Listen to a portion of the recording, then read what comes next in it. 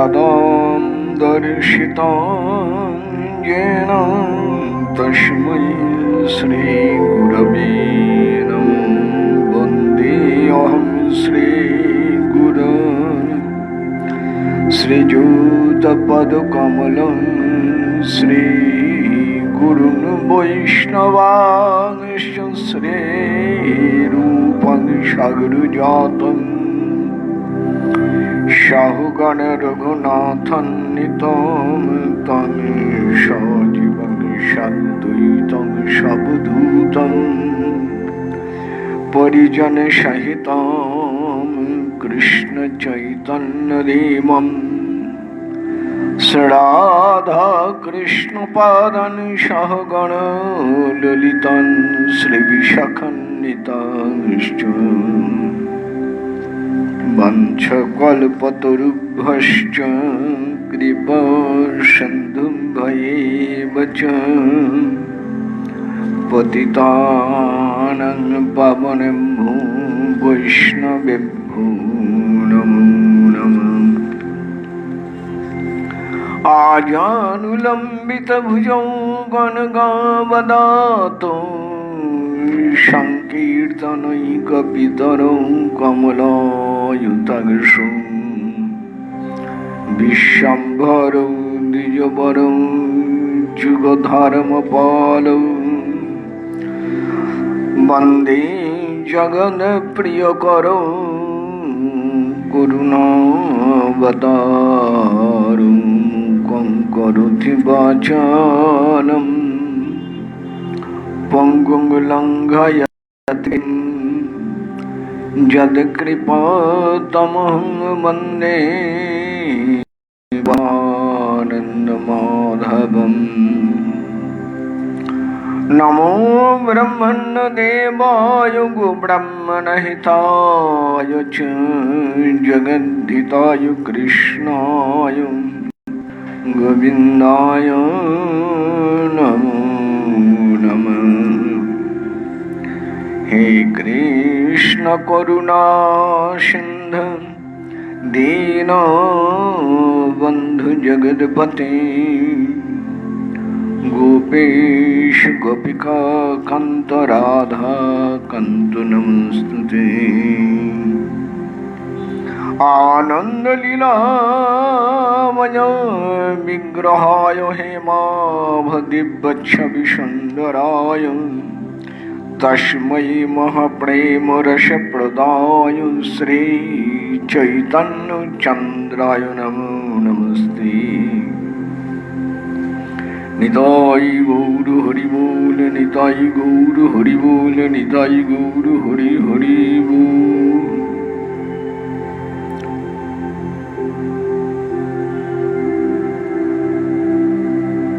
आज गौर कथार सूचनाय सबार आगे प्रणाम श्री गुरु चरणारविंदे, प्रणाम सकल वैष्णव चरणे, प्रणाम प्रभु निताय गौर हरि, श्री राधा गोविंद जुगल, गोपाल जी, भगवान नारायण, वृंदा देवी, ग्रंथ महाराज मंदिरे सकल देवतागण सकल के प्रणाम। आज के आरेकटी अपूर्व स्तव मंत्र शोनाई पाठ करी। এই স্তব মন্ত্রটি রচনা করেছেন শ্রীরূপ গোস্বামীপাদ। শ্রীরূপ গোস্বামীপাদ তিনি প্রথমে একটু লীলা কথা শোনাই। শ্রীরূপ গোস্বামীপাদ বৃন্দাবনে বসে ভজনে মগ্ন ছিলেন। মহাপ্রভুর কৃপা নির্দেশে শ্রীরূপ মহাপ্রভুর অষ্টকালীন লীলা, শ্রী রাধা গোবিন্দের অষ্টকালীন লীলা বৈষ্ণবগণের স্মরণ মঙ্গলের জন্য লিখছিলেন।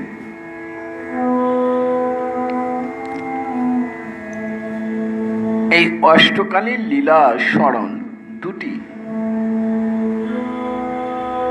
এর আগে আপনাদের কাছে একটু সংক্ষেপে আলোচনা করেছিলাম অষ্টকালীন লীলা কাকে বলা হয়। তবু আরেকবার বলে দিই,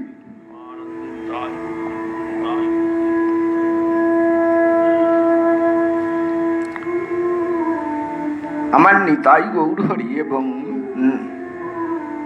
শ্রী অদ্বৈত গদাধর শ্রীবাসাদি ভক্তগণের সঙ্গে মহাপ্রভু যে বিলাস 24 ঘন্টায় নবদ্বীপ অষ্টকালীন, ঠিক তেমনি করে আবার রাধা গোবিন্দ এবং সখীগণের বিলাস 24 ঘন্টায়, একেই বলা হয় অষ্টকালীন লীলা ভাবনা। এগুলো ভাবনা স্মরণের বিষয়, চিন্তার বিষয়। যখন যেমন কাল তখন সেই সেই অনুযায়ী সেই সেই লীলা স্মরণ করতে হয়। এটা লীলা পর্যায়, নাম রূপ গুণ, তারপরে লীলা পর্যায় থেকে সিদ্ধ দেহ নিয়ে এই লীলা স্মরণ করে। যতক্ষণ পর্যন্ত গুরুদেব এই সিদ্ধ স্বরূপ ভজন না দিচ্ছেন ততক্ষণ পর্যন্ত লীলা স্মরণে অধিকার হয় না। যাই হোক, সে অন্য কথা, আপাতত এইটুকু থাকে। শ্রীরূপ গোস্বামী পাদ মহাপ্রভুর শিক্ষা, সনাতন গোস্বামী প্রভুর নির্দেশে নিতাই গৌরহরির এবং শ্রী রাধা গোবিন্দের অষ্টকালীন লীলা সূত্র মাত্র প্রথমে লিখছিলেন।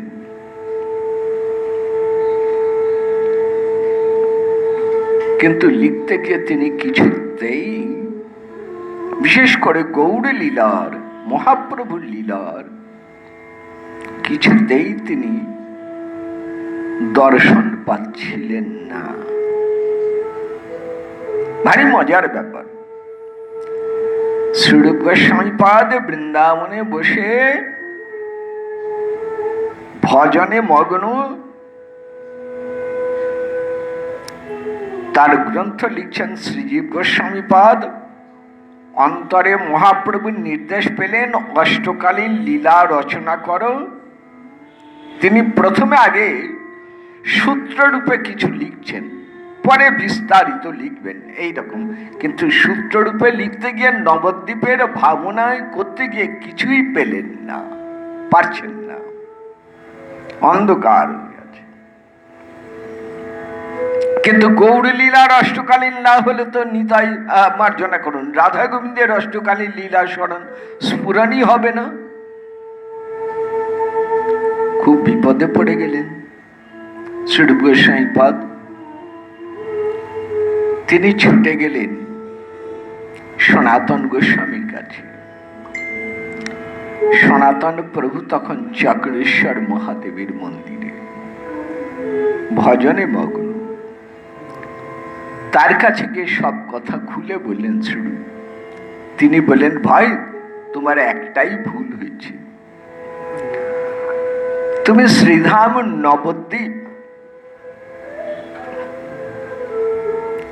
নবদ্বীপের কথা কিছু বর্ণনা করনি। শ্রীধাম নবদ্বীপ লীলা তোমার তাই স্ফুরণ হচ্ছে না। তুমি যদি শ্রীধাম নবদ্বীপের কথা, নবদ্বীপের বর্ণনা যদি করতে, তবে নিশ্চয় ধাম কৃপা করে সেই লীলা তোমার কাছে প্রকাশ করতে। শ্রী সনাতন গোস্বামী পাদের কথা শ্রীরূপ গোস্বামী পাদের যেন অন্তর্দৃষ্টি খুলে গেল। তার নির্দেশ শিরোধার্য করে শ্রীরূপ গোস্বামী পাদ এবার লিখতে বসলেন। প্রথমে নবদ্বীপের বন্দনা করছেন। আজকে সেই দুর্লভতম স্তবটি আপনাদের শোনাই। গৌর কথা শুরু করি নবদ্বীপ বন্দনা দিয়ে। এই নবদ্বীপ বন্দনা করে নিলে তবে গৌর ভাবনা সুন্দর সুষ্ঠু ভাবে প্রকাশ হবে। শ্রীরূপ গোস্বামীপাদ এই স্তব মন্ত্র রচনা করবার পরেই তিনি মহাপ্রভুর অষ্টকালী লীলা যথাযথ সূত্ররূপে বর্ণনা করতে সমর্থ হলেন। আসুন একটু মন দিয়ে শুনুন। ওম শ্রী শ্রী গৌরচন্দ্রায় নমঃ। ওম শ্রী গৌরদেশে সুরদীর্ঘিকায়া স্থিরে অতিরম্যে পুরপুণ্যময়াম লসন্তমানন্দ ভরেণ নিত্যং তং নবদ্বীপমহং স্মরামি। যস্मै পরভূম বদন্তি কেচিৎ কেচিচ্চ গোলকায়িতি রায়ন্তি वदन्ति वृन्दावनमेव तज्ज्ञातस्ताम् श्री नवद्वीपमहं स्मरामि। यः सर्वदिक्षु स्फुरितैः शुषितैः नानाद्रुमैः शूपवनैः परितः श्री गौर मध्याह्न विहार पात्रस्तां श्री नवद्वीपमहं स्मरामि।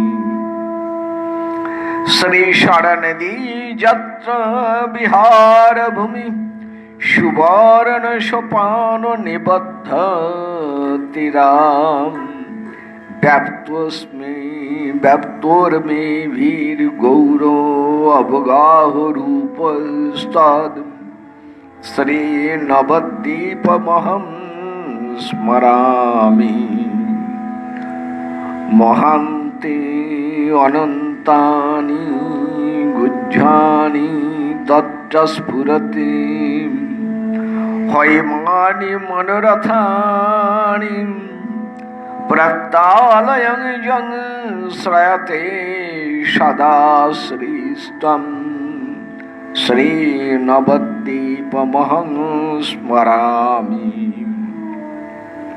विद्या दया एक शांति मुखै समस्तै सद्भिर्गुणैः यत्र जनाः प्रणपन्ना संस्तूयमाना ऋषिदेव सिद्धस्तां श्री नवद्वीपमहं स्मरामि। जस्या अन्तरे मिश्र पुरन्दरस्य सानन्द सम्यक्पदं निवासः श्री गौर जन्मादिकं लीलायाड्डस्त्वं श्री नवद्वीपमहं स्मरामि। गौर भ्रमण यत्र हरि सभक्तैः संकीर्तन प्रेम भरेण सर्वं निमज्जयति उल्लसादुन्माद्धौ तं श्री नवद्वीपमहं स्मरामि। एतन्नवद्वीप विचिन्तनाढ्यं पदाष्टकं प्रीतमनः पठेद्यः श्रीमद्शचीनन्दन पादपद्मे सुदुर्लभं प्रेम समाप्नुयादिशः। আবার বলছি এতন্নবদ্বীপম অবিচিন্তনাঢ্যম প্রপদাষ্টকম প্রীতমনা পঠেদ্যহম শ্রীমদ্ সচিনন্দন পাদ পদ্মে সুদুর্লভম প্রেম সমাপ্নুয়াদ সহ এতন্নবদ্বীপং বিচিন্তনাঢ্যম পদ্মাষ্টকং প্রীতমনঃ পঠেদ যহঃ শ্রীমদ সচিনন্দন পাদ পদ্মে সুদুর্লভং প্রেম সমাপ্নুয়াদ সহ। জয় জয় শ্রীরূপ গোস্বামী পাদ বিরচিত শ্রী শ্রী নবদ্বীপাষ্টকম। জয় নিতাই, জয় গৌরহরি। শেষের 9 নম্বর মন্ত্রটির একটু বাংলা অনুবাদ আপনাদের বলে দিই। এই প্রকার নবদ্বীপকে যিনি বিশেষ রূপে চিন্তা করেন, যে নবদ্বীপ ভক্তি প্রেমে সমৃদ্ধ, সেই নবদ্বীপের গুণ বর্ণনার এই 8টি মন্ত্র বড় আদরের সঙ্গে যিনি পড়বেন বা শুনবেন, তার ফল কি হবে? শ্রীরূপ গোস্বামী পাদ লিখছেন, শ্রী সচিনন্দনের চরণ কমলে সুদুর্লভম প্রেম সম্পদ লাভে তিনি সমর্থ হবেন। অর্থাৎ মহাপ্রভুর কৃপায় তার পাদপদ্মে সুদুর্লভা প্রেম ভক্তি লাভ হবে। এই অষ্টক, এই মন্ত্রগুলি পড়লে বা শুনলে। আসুন এবার গৌর কথায় যাই। গতকাল শুনেছিলেন গৌর কথায় শ্রীধাম বৃন্দাবনে বিরাট সভা স্থির হলো। কলিযুগ আরম্ভ হয়ে যাচ্ছে। কলিযুগের প্রথমেই আসবেন গোপীশ্বর মহাদেব শ্রী অদ্বৈত আচার্য হয়ে এসে ডাকবেন। তার আবাহনে সাড়া দিয়ে রাধা কৃষ্ণ মিলিত তনু গৌর আসবেন। এই বিশেষ সংবাদ মাত্র 2 জন ধরে রেখেছিলেন। রাধারানীর অন্তরঙ্গ ললিতা এবং শ্রীরূপ মঞ্জরী। ভারী একটা মজার ব্যাপার দেখুন। ললিতা এলেন, নাম ধরলেন পুরুষোত্তম আচার্য, আর শ্রীরূপ গোস্বামী পাদ এলেন, মার্জনা করুন, শ্রীরূপ মঞ্জরী এলেন, নাম হলো তার অমর। পরে মহাপ্রভু তার নাম রাখলেন শ্রীরূপ। 3 ভাই অমর, সন্তোষ। সন্তোষ মানে সনাতন গোস্বামীর নাম হলো সন্তোষ, শ্রীরূপের গোস্বামীর নাম হলো অমর, আর ছোট ভাইয়ের নাম ছিল অনুপম। মহাপ্রভু শ্রীরূপ সনাতন নামটি 2 জনকে দিয়েছিলেন। রাধা কৃষ্ণ মিলেমিশে গৌর হবেন, এটা কেবল 2 জন জানতে পারলেন। ললিতা জানলেন, শ্রীরূপ মঞ্জরী। এই জন্যে মহাপ্রভুকে দেখে শ্রীরূপ গোস্বামী পাদের চিনতে ভুল হয়নি, আর পুরুষোত্তম আচার্যের চিনতে ভুল হয়নি। ললিতা পুরুষোত্তম আচার্য, কিন্তু কি করলেন জানেন? পুরুষোত্তম আচার্য ভারী মজার ব্যাপার। যখন মহাপ্রভু হরিনাম সংকীর্তন করছেন নবদ্বীপে, পুরুষোত্তম আচার্য একটু দূরে দূরে রইলেন না, মহাপ্রভুর কাছে আসতেন না, দূরে দূরে থাকতেন, অনেকটা দূরে থাকতেন। দূর থেকে লক্ষ্য রাখতেন মহাপ্রভু নবদ্বীপে কৃষ্ণাবেশ, ভগবৎ স্বরূপ, ভগবান স্বরূপ। ললিতা সেখানে যাবেন কেন? তাই পুরুষোত্তম আচার্য একটু দূরে দূরে রইলেন। সেভাবে কোনো ঘনিষ্ঠতার সম্পর্ক নেই নবদ্বীপ লীলায়। এইবার শুধু মহাপ্রভু সন্ন্যাসী হয়ে তীব্র একটা আকর্ষণ অনুভব করলেন পুরুষোত্তম আচার্য। তিনিও তার কিছুদিন পরে গৃহত্যাগ করে কাশীতে চলে গেলেন। সেখানে গিয়ে তিনি এক সন্ন্যাসীর কাছে সন্ন্যাস নিলেন। দশনাময় সম্প্রদায়ের রীতি অনুযায়ী সন্ন্যাসীদের যোগপট্ট গ্রহণ করতে হয়, অর্থাৎ একটা কাপড় বুকের মধ্যে বাঁধা থাকে তাদের। স্বরূপ নাম হলো স্বরূপ দামোদর, কারণ তিনি বলেন আমি যোগপট্ট গ্রহণ করব না, আমি আমার মতোই থাকবো, শুধু গেরুয়া কাপড় পরা থাকবে এই পর্যন্ত। টোর কৌপিন গেরুয়া পরে, এই অবস্থার নাম হলো স্বরূপ। এই অবস্থা দুজনের, যেমন নিত্যানন্দ প্রভু ছিলেন অবধূত স্বরূপ, স্বরূপ অবস্থায় থাকা, তেমনি পুরুষোত্তম আচার্য স্বরূপ অবস্থা। এই জন্য তার নাম হলো সন্ন্যাসী স্বরূপ দামোদর। আমি একেবারে সব খুলে খুলে বলে যাচ্ছি। গুরু বললেন তুমি বেদান্ত পড়ো, এবার সন্ন্যাসীর নিয়ম অনুযায়ী বেদান্ত পড়ো। স্বরূপ দামোদর গুরুকে বললেন আমি বেদান্ত পড়ার জন্য সন্ন্যাসী হইনি, আমি মুক্তিকামী নই, আমি সেবাকামী, আমি সেবা করব। কার? বললেন নীলাচলে অবস্থিত শ্রীকৃষ্ণ চৈতন্য মহাপ্রভুর সেবায় থাকবো আমি। গুরু অত্যন্ত সন্তুষ্ট হলেন। তিনি বললেন আমি তোমাকে অনুমতি দিলাম, তুমি নীলাচলে যাও, তুমি কে মহাপ্রভু শ্রীকৃষ্ণ চৈতন্য মহাপ্রভুর সেবায় থাকো। স্বরূপ দামোদর এলেন গম্ভীরায়। মহাপ্রভু বলেন তুমি এলে? এইবার মহাপ্রভুর সুবিধে হলো রাধা ভাব আস্বাদন করবার, কারণ স্বরূপ দামোদর হচ্ছেন ললিতা সখী।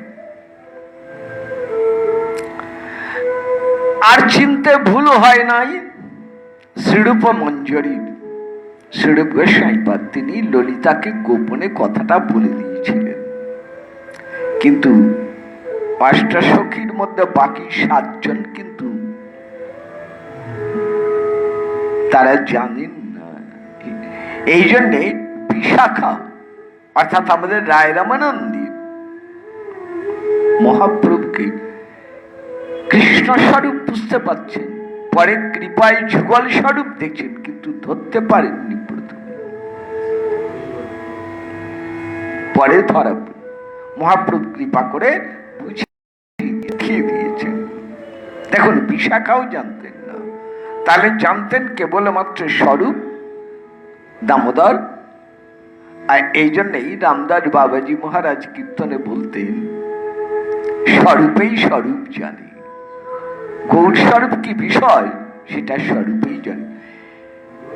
স্বরূপ দামোদর একখানি ছোট ডায়েরি গ্রন্থ লিখতেন, ডায়েরি লিখতেন। তখনকার দিনে প্রাচীন বাংলায় তাকে বলা হতো করচা। স্বরূপ দামোদরের সেই করচা ছিল তখন অত্যন্ত বৈষ্ণবগণের অত্যন্ত প্রিয় বিষয়। এই করচা গ্রন্থখানি স্বরূপ লিখে লিখে রাখতেন মহাপ্রভুর সম্পর্কে, তার পরিচয় জগৎকে জানাবার জন্য মাঝে মাঝে তিনি লিখে লিখে রাখতেন ওই ডায়েরির মধ্যে। স্বরূপ দামোদরের অত্যন্ত প্রিয় হলেন শ্রী রঘুনাথ দাস গোস্বামী,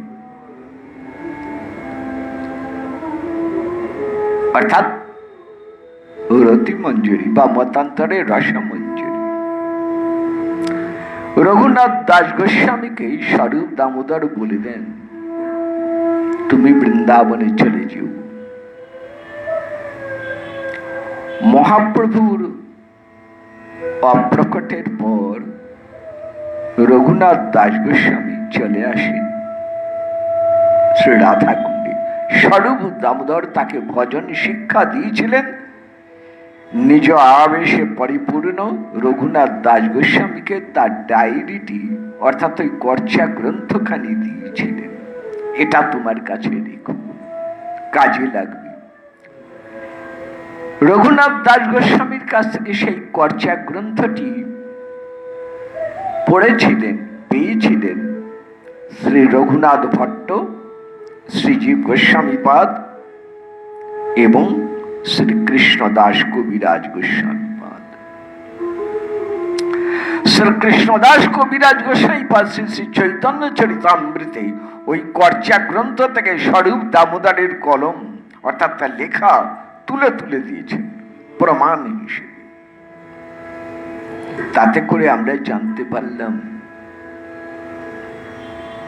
নিতাই স্বরূপ, গৌর স্বরূপ, জানতে পারলাম আমরা কৃষ্ণের তিন বাঞ্ছা, জানতে পারলাম কি করে রাধা কৃষ্ণ মিলেমিশে গৌর হলেন।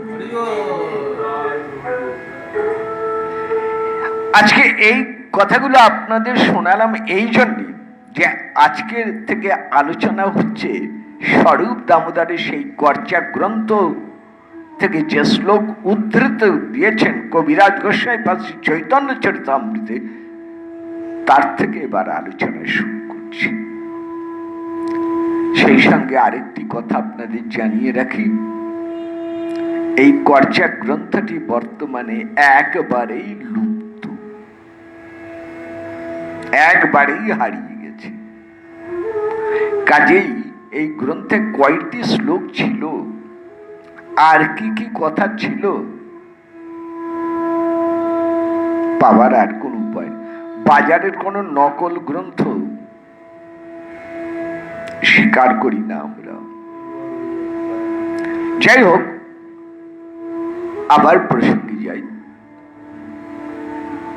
আমাদের আলোচনার বিষয় হচ্ছে শ্রী শ্রী চৈতন্য চরিতামৃত গ্রন্থের উল্লিখিত স্বরূপ দামোদরের কর্চা থেকে যে শ্লোক, যে মন্ত্র তুলে দিয়েছেন, সেই মন্ত্রের আলোচনা। কি বলছেন মহাপ্রভুর পরিচয় দিতে কি বলছেন? স্বরূপ দামোদর অপূর্ব মন্ত্র। মহাপ্রভুকে চেনাচ্ছেন, আগেই বলছি স্বরূপেই স্বরূপ জানে, ললিতা চেনাচ্ছেন আমাদের। কি চেনাচ্ছেন শুনুন, গৌর কেমন বন্দনা করে বলছেন, শ্রী রাধা কৃষ্ণ প্রণয় বিকৃতি আহ্লাদিনী শক্তি অস্মৎ একাত্মান আবপি ভুবি পুরা দেহভেদং গতৌত শ্রী চৈতন্যাখ্যং প্রকট মধুনা তদ্বয়ঞ্চৈক্যমাপ্তম শ্রী রাধা ভাবদ্যুতি সুবলিতং নৌমি শ্রীকৃষ্ণ স্বরূপম। এই একটা শ্লোক 1 বছর ধরেও যদি আলোচনা করা যায়, মনে হয় না শেষ হবে। সাগরের জলের তো সীমা খুঁজে পাওয়া যায়, কিন্তু এই শ্লোকের, এই মন্ত্রের কোন সময়সীমা নির্ধারণ করা যায় না। আসুন না এই মহাসাগরের তীরে বসে যতটুকু শোনান সেইটুকু একটু শুনুন। গৌরকে চিনতে গেলে আগে চিনতে হবে রাধা রানীকে, চিনতে হবে শ্রী গোবিন্দকে। গৌরের পরিচয় দিতে গিয়ে, মহাপ্রভুর পরিচয় দিতে গিয়ে বলছেন নৌমি কৃষ্ণ স্বরূপম।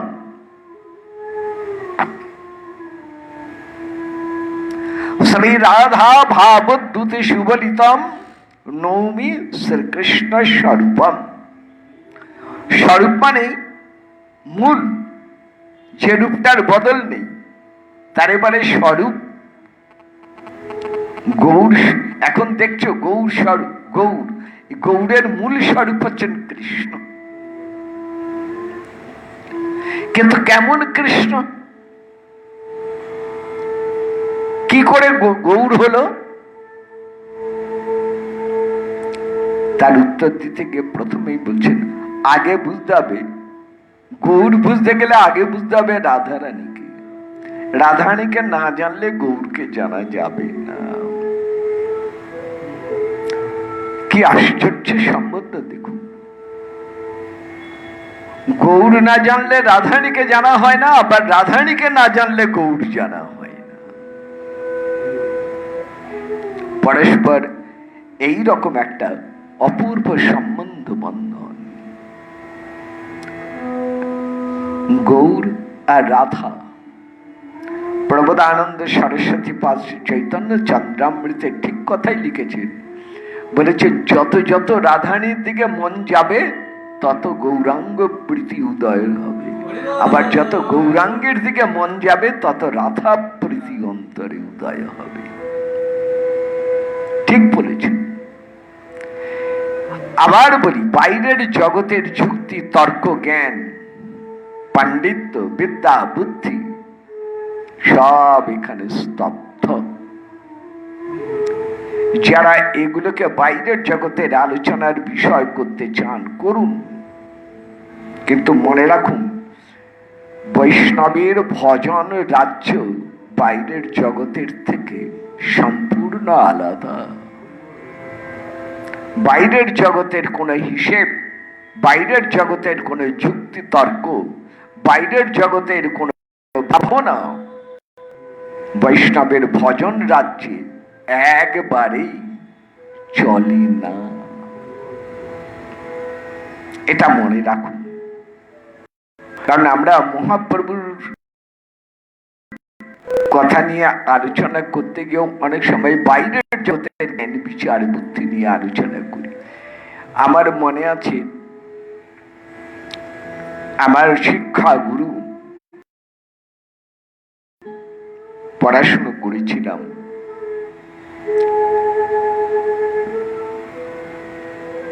ডক্টর গৌরীনাথ, অনন্ত প্রণাম আমার তার চরণে। বড় যত্ন করে আমাকে গৌড়ীয় বৈষ্ণব দর্শন শাস্ত্র পড়িয়েছিলেন তিনি। তার চরণ তলায় বসে প্রায় 3 বছর শিক্ষা নিচ্ছিলাম। তিনি রায়রামানন্দ সংবাদ পড়াবার সময় তিনি একদিন আমাদের বলছিলেন, আমাকে বলছেন, তিনি আমার বাবাকে এবং আমার পিতা প্রভুকে এবং আমার গুরু পাদপদ্ম শ্রী জ্যাঠাপ্রভুকে খুব ভালোভাবে চিনতেন, তাদের বন্ধু স্থানীয় ছিলেন তিনি। তিনি একদিন আমাকে ক্লাসে সবার সামনে ডেকেই বললেন, গোসাই, আমরা এখানে যা পড়াবো সেটা হলো বাইরের জগতের দিক, আর তুমি যা তোমার বাবা এবং জ্যাঠার কাছে যা পড়ে আসবে, পড়ছো শুনছো, সেটা হলো ভজনের দিক। দুটো কখনো এক করো না। ভজনের দিকটা তোমার অন্তরে থাক, বাইরের দিকটা আমি আলোচনা করব। হয়তো সেগুলো সবসময় তোমার মনের সঙ্গে নাও মিলতে পারে, কিন্তু উপায় নেই, বাইরের জগৎ বুঝবে না ভজন রাজ্যের এই বিশেষ ভাবনা। কি সুন্দর সমাধান করে দিয়েছিলেন আমার শাস্ত্রীজি, এত সুন্দর সমাধান আর কোথাও পাই। আবার প্রসঙ্গে যাই, গৌরাঙ্গকে চিনতে গেলে আগে রাধারানীকে চিনতে হবে। স্বরূপ দামোদর বলছেন, আগে আমার রাধাকে চিনো। শ্রী রাধা কে? রাধারানী। লোকগত পরিচয় নয়, তত্ত্বগত পরিচয় চাই। রাধা কে? রাধা কৃষ্ণ প্রণয় বিকৃতি। কি চমৎকার, কি চমৎকার ব্যাখ্যা! কি চমৎকার পরিচয়! রাধারীকে কৃষ্ণের প্রণয় বিকার কারে বলে? যেমন ক্ষীর, খাঁটি ক্ষীর দুধের পরিণাম, যেমন মিছরি আখের রসের পরিণাম। একে বলে শাস্ত্রীয় পরিভাষায় বিকার। বিকার মানে পরিণাম। মিছরির পরে আর কি হয়? আর কিছু হয় না। ক্ষীরের পরে আর কি হয়? আর কিছু হয় না। ঠিক এই রকম কৃষ্ণ প্রণয়, তার পরিণাম, প্রণয়ের পরিণাম রাধা। প্রণয় কারে বলে? কৃষ্ণ প্রণয় কি জিনিস? দেখুন, আমি সব ভেঙে ভেঙে বলছি, খুব সোজা করে বলছি যাতে সবাই বুঝতে পারেন। কৃষ্ণ প্রণয় কি না? কৃষ্ণকে ভালোবেসে যখন একান্ত আপন করে নেয়, যখন দুজনে সমান হয়ে যায়, ছোট নেই বড় নেই, মনে প্রাণে, দেহে মনে প্রাণে যখন সমতা প্রাপ্ত হয়, অভিন্ন মনন, শরীরে মনে প্রাণে, কায় মন বাক্যে যখন অভিন্ন, অর্থাৎ সে আর আমি দুই নই, এক, এই অবস্থার নাম প্রণয়।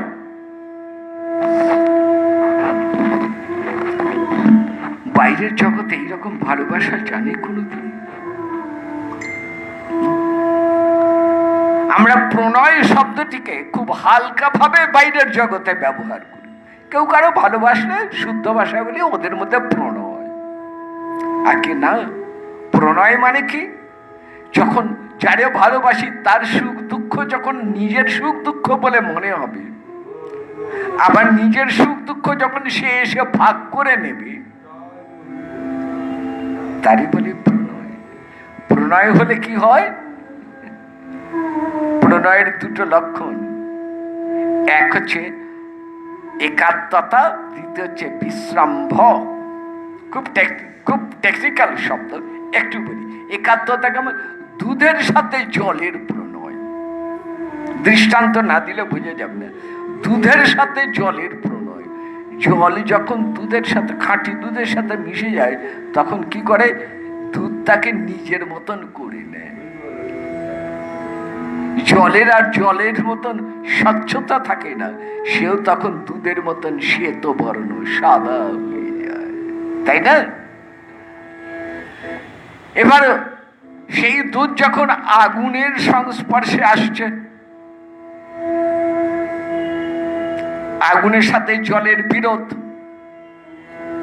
জল শুকিয়ে যাচ্ছে, জল সরে যাচ্ছে, দুধ থাকতে পারছে না, দুধ ফুলে উঠে আগুনে ঝাঁপ দিয়ে পড়তে চাইছে যে তুমি যদি না রইলে তাহলে আর আমি থাকবো কি করে? আগুনে ঝাঁপিয়ে পড়তে চায় আগুনে, ঠিক না? এটা তো রোজ রান্না করে, আপনারা দেখেন। কিন্তু এর মধ্যে যে প্রণয়ের একটা সূত্র রয়েছে, এটা ভাবগুলো যারা রসিক ভক্ত একমাত্র তারাই এগুলো বুঝে। দুধ জাল দিচ্ছেন, যে জলটার জলের পরিমাণ যত কমতে লাগলো তাপে দুধ ফুলে সে ঝাঁপিয়ে পড়তে চাইছে আগুন, আগুনকে নিভিয়ে দেবে, নইলে নিজে আগুনে গিয়ে পুড়বে। জল তার এত প্রিয়, এই জন্য জলের সাথে দুধের হচ্ছে প্রণয়, একাত্মতা হয়ে যায়, একাত্মতা হয়ে যায়। এই একাত্মতা না হলে কিন্তু প্রণয় আসে না। এই একাত্মতা কার মধ্যে? কৃষ্ণ সখাগণের মধ্যে। খায়, খাওয়ায়। এই প্রণয় কোথায়? মা যশোদা আর গোপালের মধ্যে। গোপাল আমার প্রাণ, শুধু মুখে বলেন না, ব্যবহারেও তাই। এক সেকেন্ডের জন্য গোপালকে না দেখতে পেলে, এক পলকের জন্য গোপালকে না দেখতে পেলে মা যশোমতী মূর্ছিত হয়ে যান। এইরকম প্রণয় কিন্তু মা অদিতি, মা দেবহূতি, মা কৌশল্যার মধ্যে দেখা যায় নাই, মা দেবকীর মধ্যে দেখা যায় নাই, কারণ তারা ঈশ্বর বলে জানতেন। কিন্তু মা যশোদা বিশুদ্ধ বাৎসল্য প্রেমের, তাহলে প্রণয় অধিকারীকে বাৎসল্য রস, সখ্যরস, বাৎসল্য রস এবং মধুর রস। সেদিন রাধারস সুধানিধির মধ্যে বলেছিলাম, সখীরাও কিন্তু এই সবগুলি আস্বাদন করতে পারেন। এই চারটি রসের মধ্যে মধুর রসে সবগুলি অন্তর্ভুক্ত আছে, সবগুলি ধরা আছে। রসের পাঠ একবার শুনে বুঝবেন তা নয়, বারবার শুনতে হবে। যত শুনবেন তত ধীরে ধীরে মনের মধ্যে বসবে। তাহলে প্রণয় কারে বলে বুঝলেন? প্রথম লক্ষণটা বললাম, প্রণয়ের প্রথম লক্ষণ হচ্ছে একাত্মতা, এক হয়ে যাওয়া। আর একটা প্রমাণ দিই প্রণয়ের, এক টুকরো সোনা আর এক টুকরো তামা, দুজনে খুব বন্ধুত্ব। কেমন বন্ধুত্ব জানেন? যখন এক পাত্রে রেখে আগুনের তাপ দেয়া হয়, তখন এই সোনা কি করে? তামাকে নিজের মতন করে নেয়, ঠিক না? তখন তামার কি আর তামা থাকে? সেও সোনার মতন দেখলেন। সেই তামাকে যখন আলাদা করা হয় অ্যাসিড দিয়ে বা পুড়িয়ে, সোনা তখন খানিকটা বিবর্ণ হয়ে যায়, ঠিক না? তাকে আবার ঘষে পালিশ করে নিজের বর্ণে ফিরিয়ে আনতে হয়। কিন্তু যতক্ষণ সোনা তামার সাথে মিশে আছে, তামা যতক্ষণ সোনার সাথে মিশে আছে, ততক্ষণ কিন্তু একাত্মতা হয়েছে, কেউ কাউকে ছাড়ে না। এর নাম প্রণয়। কাকে প্রণয় বলে বুঝলেন তো? দুইটা তুলনা দিলাম, একটা দুধ আর জল, আর একটা সোনা এবং তামা। এরকম অজস্র দৃষ্টান্ত দেয়া যায়। তা এই যে প্রণয়, তার প্রথম লক্ষণ হলো তাহলে একাত্মতা। দ্বিতীয় লক্ষণ হচ্ছে প্রণয়ের দ্বিতীয় গুণ হচ্ছে বিশ্রাম্ভ প্রধান। খুব টেকনিক্যাল শব্দ, আবেশ। একটা আবিষ্ট অবস্থা সবসময়। কেমন? আমার প্রিয়তম, আমার তিনি তো আমার সাথেই, অভিন্ন মনন, সে তো আমার থেকে ভিন্ন নয়, সে তো সবসময় আমার কাছেই রয়েছে। শুনুন, মথুরা লীলা দিয়ে একটু বলি, তার ভালো লাগে। মথুরা 4 মাস হয়ে গেছে কংস বধের পর। এইবার শ্রী গোবিন্দ চাইছেন, তিনি দেখছেন যাদবগণের সঙ্গে গোপগণের ভাবের মিল হয় না। কেমন? একটা ছোট্ট তুলনা দিই, ছোট্ট ঘটনা বলি। সকালবেলায় কৃষ্ণ বলরাম ঘুম থেকে উঠেই আসেন, অভ্যাস অনুযায়ী মা বাবাকে প্রণাম করেন। একটা ঘরে বসেছেন বসুদেব আর নন্দ বাবা দুজনেই, মা দেবকী রয়েছেন। 2 ভাই ঘরে ঢুকলেন। যেই ঘরে ঢুকলেন কৃষ্ণ বলরাম, বসুদেব উঠে দাঁড়ালেন, দেবকী উঠে দাঁড়ালেন, আপনা আপনি হাত দুটো জোড় হয়ে গেল। নন্দ যেমন চরণ ছড়িয়ে বসে আছেন, এসে বলে, আয় গোপাল আয়। হ্যাঁ বাবা, কাছে নিয়ে নিলেন, নন্দের চরণ ধুলি গ্রহণ করলেন গোপাল। বসুদেব বড় বড় চোখ করে ছিঁড়ে আছেন, কি কৃষ্ণ বলরামের প্রণাম নিচ্ছেন নন্দ। গায়ে মাথায় হাত বুলিয়ে দিচ্ছেন নন্দ বাবা। পড়ছে, বাবা রাত্রে ভালো ঘুম হয়েছে তো? কোনো অসুবিধা হয়নি তো? যাও বাবা। এবার প্রণাম করো বসুদেব দেবকীকে, তারাও তো তোমার পিতৃতুল্য, মায়ের মতন, যাও প্রণাম করো। যাহা বলেছেন বসুদেব দেবকী লাফিয়ে, না না থাক থাক, আমরা এমনি এমনি হোক, দূর থেকে হোক, না না না না না, আমরা প্রণাম নিই না, প্রণাম নেব না। বাপরে, ভগবানের প্রণাম নেবেন? বসুদেব মনে মনে ভাবে, নন্দ কি 10 বছর কাছে রেখেও নন্দ বুঝে নাই কে? আমরা এখান থেকে যেটুকু শুনেছি তাতেই তো বুঝতে পারছি। ওই যে সপ্তাহকাল গোবর্ধন ধরে রইল, ওই যে দাবানল পান করলো, ওই যে কালীয় দমন করলো, ওই যে এত অঘাসুর বকাসুর বধ করলো, তাতে করেও কি কৃষ্ণকে চিনতে পারলো না নন্দ? স্বাচ্ছন্দ্যে তার প্রণাম নিচ্ছে, আশীর্বাদ করছে। কি সর্বনাশ!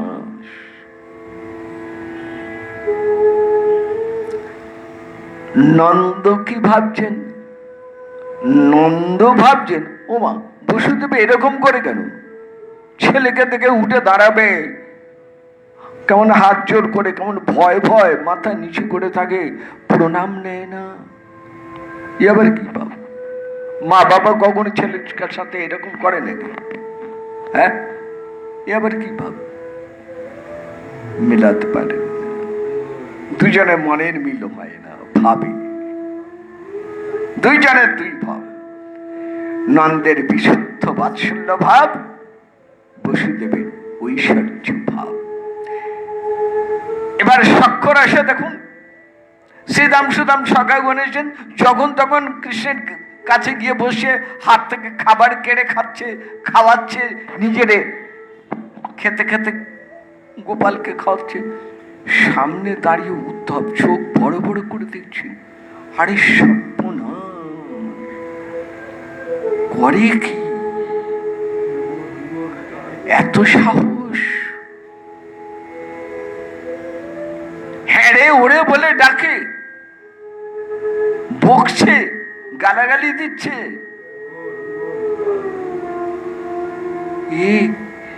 এরা জানে না কৃষ্ণস্য ভগবান স্বয়ং?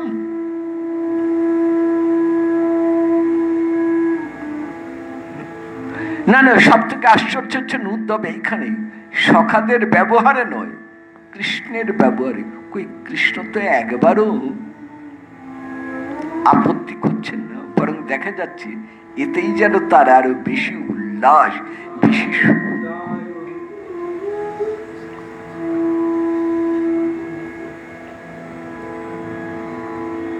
এইরকম ব্রজবাসীগণের সঙ্গে কৃষ্ণের ব্যবহার মথুরাবাসীগণ নিতে পারছেন না, মেনে নিতে পারছেন না।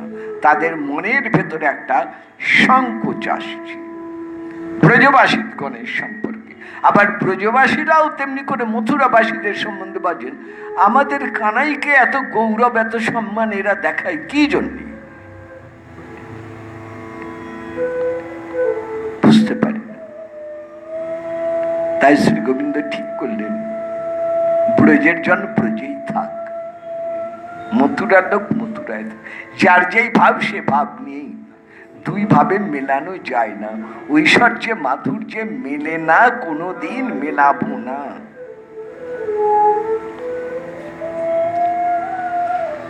চার মাস হয়ে গেল। এবার শ্রী গোবিন্দ একদিন নন্দ বাবাকে সখাদের ডেকে বলছেন, ব্রজধামে মায়েরা সব একা একা রয়েছেন, এবার ফিরে যাওয়াই ভালো। হ্যাঁ, নন্দ শ্রীদাম সুদাম সখাগণ সবাই আনন্দিত, হ্যাঁ চলো এবার আমরা সবাই বৃন্দাবনে ফিরে যাই, মথুরা ভালো লাগছে না, এখানে সব যেন কেমন পরপর ভাব, প্রাণ ঢালা মেলামেশা যেন এখানে নেই, চলো আমরা বৃন্দাবনে যাই।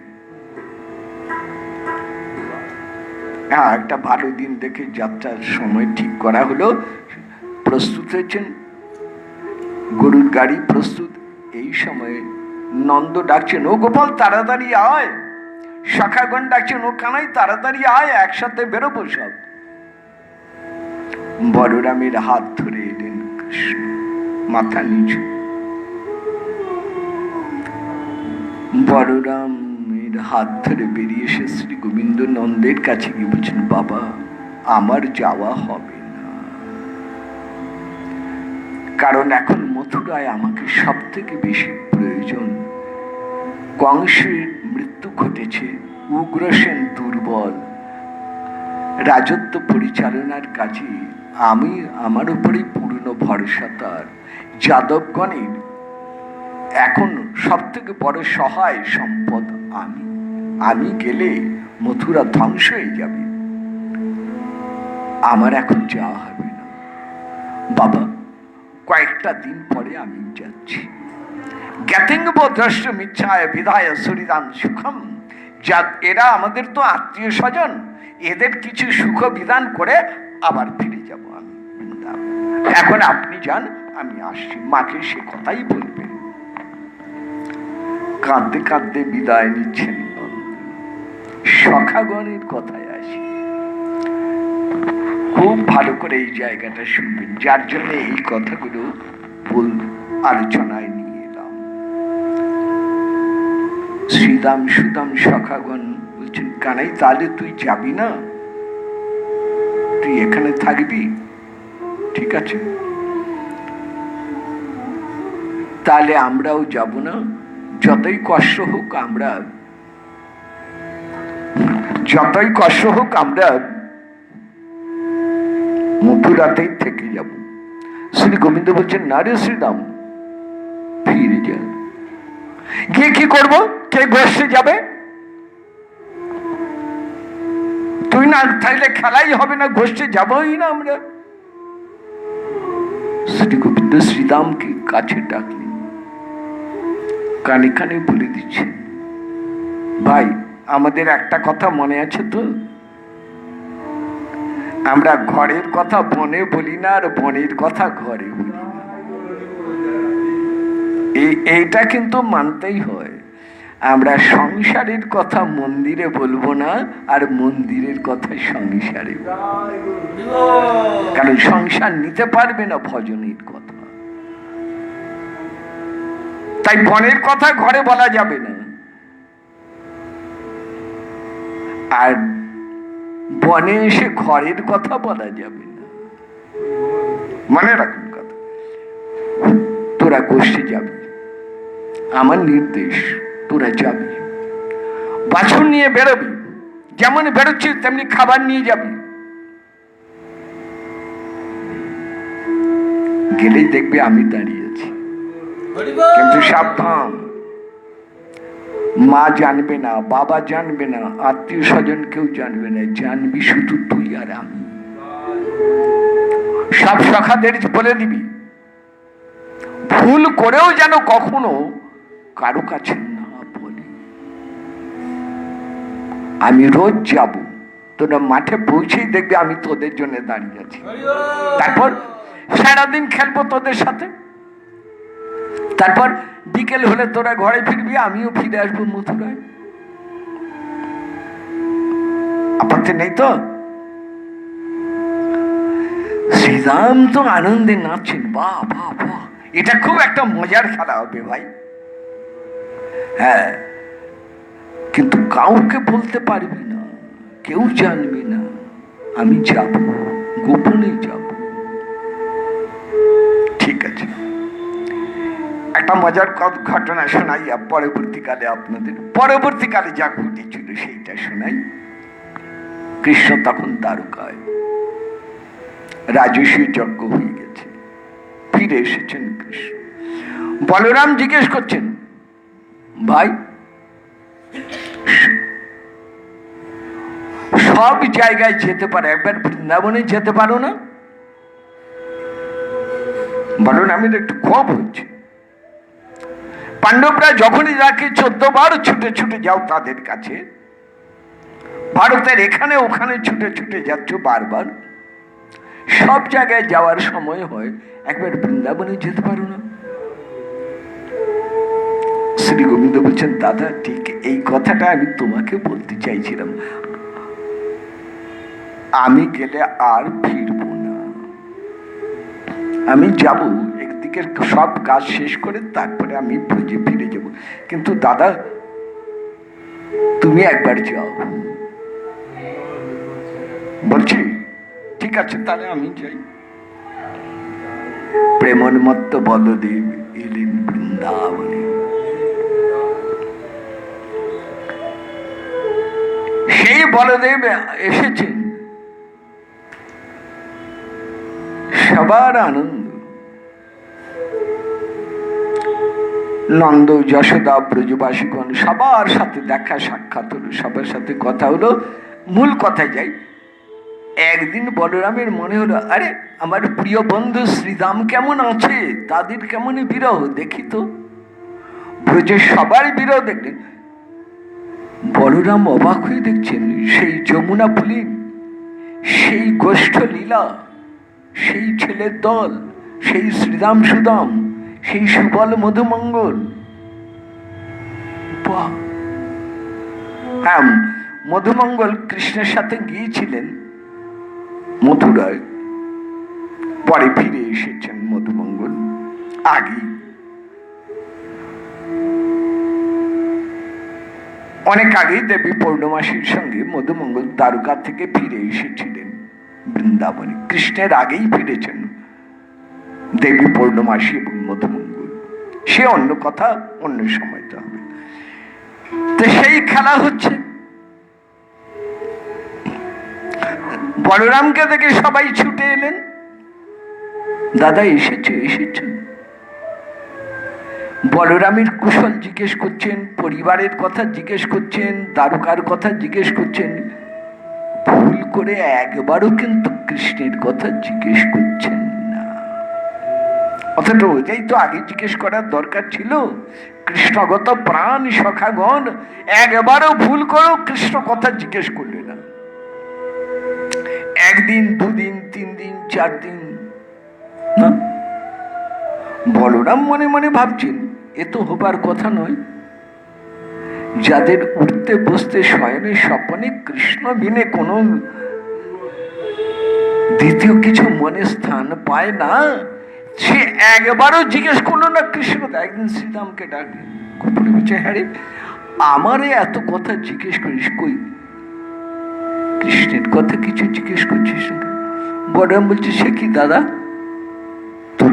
শ্রীরাম ভেবেছেন বলরাম জানেন, বলে সে কি দাদা, তুমি জানো না? কি জানবো?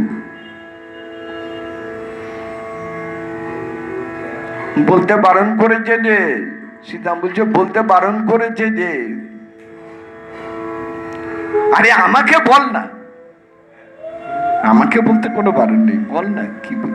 শ্রীরাম বলছে, তাহলে তুমি কি একটু কানাইকে বুঝিয়ে বলো, কৃষ্ণকে বুঝিয়ে বলে, যেন তোমার কাছে বলে ফেলেছি বলে রাগ করে না যেন। রোজ এখানে আসে, খেলা করে, আবার সন্ধ্যের সময় ফিরে যায়, বিকেলে ফিরে যায়। মথুরায় থেকে আসে, আবার মথুরায় ফিরে যায়। চমকিত বলদেব। এই জন্য বলদেব ভাগবতে পরিষ্কার বলেছেন, কৃষ্ণ আমার প্রভু, আমার ঈশ্বর, তার অচিন্ত অনন্ত লীলার কিছুমাত্র আমি বুঝি নাই। শ্রী গোবিন্দ হেঁটে গেলে তার চরণ ধুলি পর্যন্ত আমি তুলে মাথায় দিই। অন্যের কি কথা, স্বয়ং বলদেব মহাশয় সেহ কৃষ্ণ পদে নিত্য দাস্য ভক্তি সে মাগয়। কৃষ্ণদাস অভিমানে যে আনন্দের সিন্ধু, কোটি ব্রহ্ম সুখ নহে তার এক বিন্দু। বলরাম বলেন, সকালে আসে, বিকেলে যায়। সকালে এলেন বলরাম, দেখবেন বলে। হ্যাঁ, সাত ওই গোপবেশ বেণুকর রূপ। বলদেব কি দেখছেন? দ্বারকায় দেখেন চক্রধারী রূপ, ঐশ্বর্য রূপ, রাজবেশ। না, ভালো লাগে না। ওই গোপবেশ বেণুকর, ওই গোষ্ঠ বেশ, ওই রাখাল বেশ, ওই মদন গোপাল রূপ। কই রে শ্রীরাম? এলো না তো। সীতা বলছে দাদা একটু আগে এসেছিল, এসে বলছে দাদা আসছে, আমি দাদার সামনে আসবো না, চলে গেলেন। পরের দিন ঠিক তাই, এই তো একটু আগে চলে গেল। কয়েকদিন চেষ্টা করে বলরাম বুঝতে পারলেন আমাকে দেখা দেবে না, আর চেষ্টা করেননি বলরাম। বলরাম ফিরে গেছেন দ্বারকায়, বেশ রাগ, মনে ক্ষোভ, অভিমান। তার বাড়িতে, বলদেব যে বাড়িতে থাকতেন সে বাড়িতে শ্রী গোবিন্দ নিজেই এলেন। দেখুন, উচিত ছিল কি বলরাম যাবেন কৃষ্ণের কাছে গিয়ে বৃন্দাবনে কথা বলবেন, কিন্তু না, রাগ করে বসে আছেন নিজের বাড়িতে। শ্রী গোবিন্দ নিয়ে গেলেন, গিয়ে বলে দাদা কেমন দেখে এলে। বলরাম রাগ, অভিমানে, যে আমায় জিজ্ঞেস করো কেন? কেন জিজ্ঞেস করবো না কেন?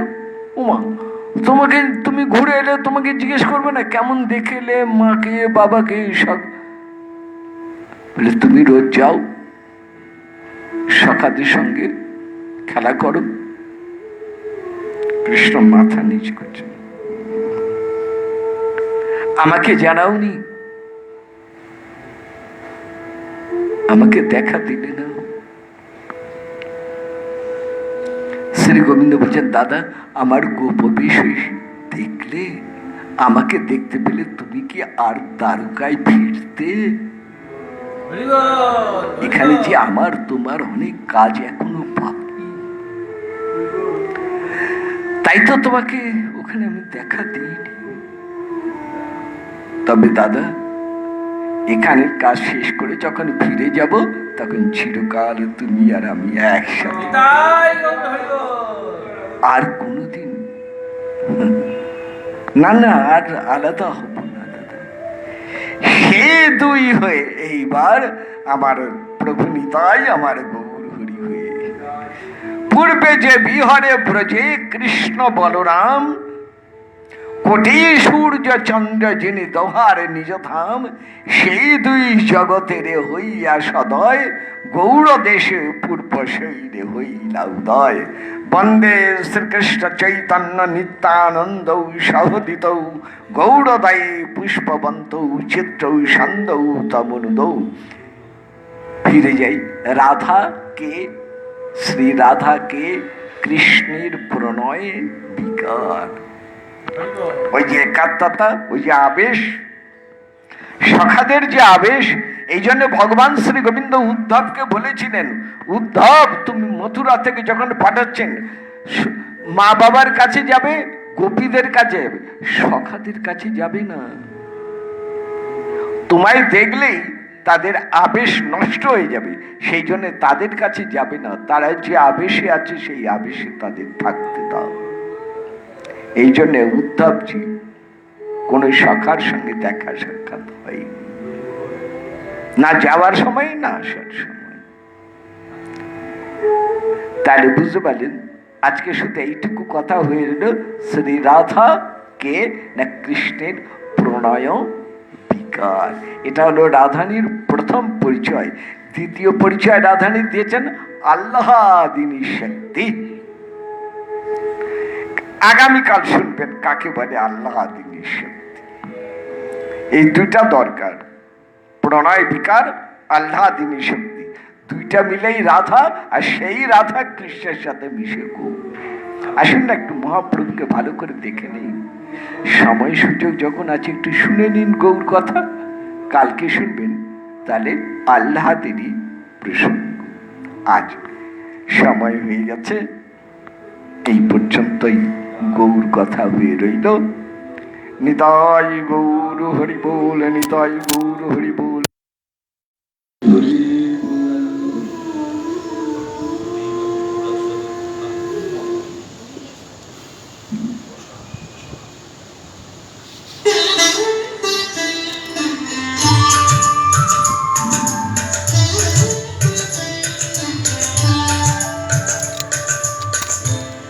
कृष्ण चैतन्य प्रभु दया करो मोरे,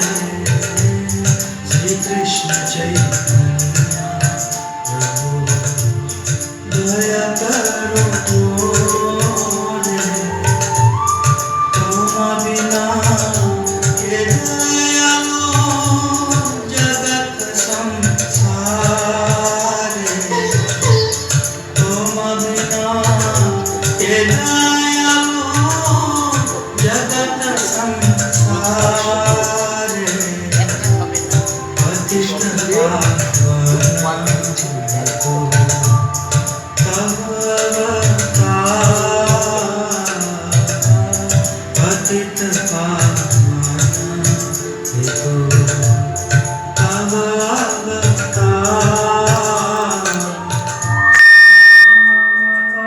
জনিতাই জনিতাই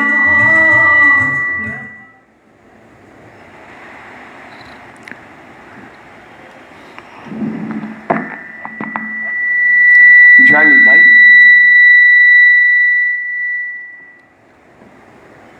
আজকের এই ভাগবতী কথা সেবা সহযোগিতায় আমাদের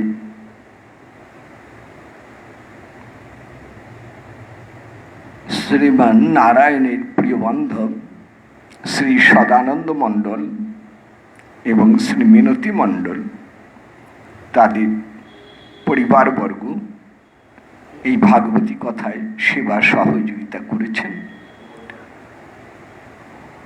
প্রভু নিতাই চাঁদের কৃপা আশীর্বাদ তাদের সবার শিরে বর্ষিত হোক। আশা করি তারা পাঠ শুনছেন।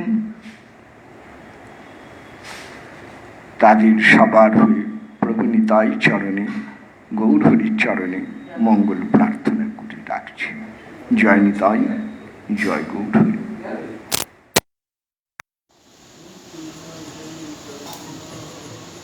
मौसम बदला प्रभु न पाई देखा श्री कृष्ण चैतन्य प्रभु दया